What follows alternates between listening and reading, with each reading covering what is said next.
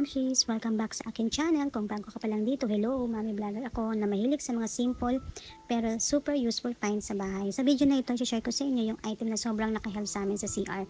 Lalo na kung may mga anak kayo. Ito yung toothbrush organizer na may cover. At honestly, hindi ko na-expect na ganito kalaki yung magiging difference niya sa araw-araw. Before nito, ganyan siguro sa inyo yung toothbrush nakasabit lang, minsan nakapatong kung saan, open siya, exposed sa alikabok, sa talsik ng tubig, minsan pati sa sabon. Bilang mami, syempre gusto natin malinis at hygienic, lalo sa gamit ng mga bata. Kaya naghahanap talaga ako ng solusyon na hindi na rin mahal.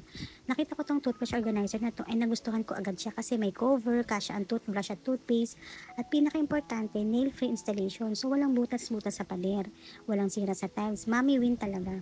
Ganito lang siya ikapit, linisin nyo lang.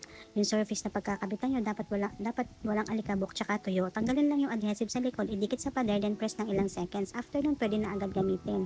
Matibay siya, hindi basta-basta natatanggal. Kasya dito yung toothbrush ng buong pamilya, may sariling compartment kaya hindi nagdidikitan. Mas hygienic talaga. Yung cover niya sobrang helpful. Kapag hindi ginagamit, sarado lang. Protected yung toothbrush laban sa alikabok at germs.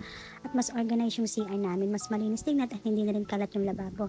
Napansin ko rin mas ganado yung mga kids na mag-toothbrush kasi ang dali na lang kulat ibalik yung toothbrush.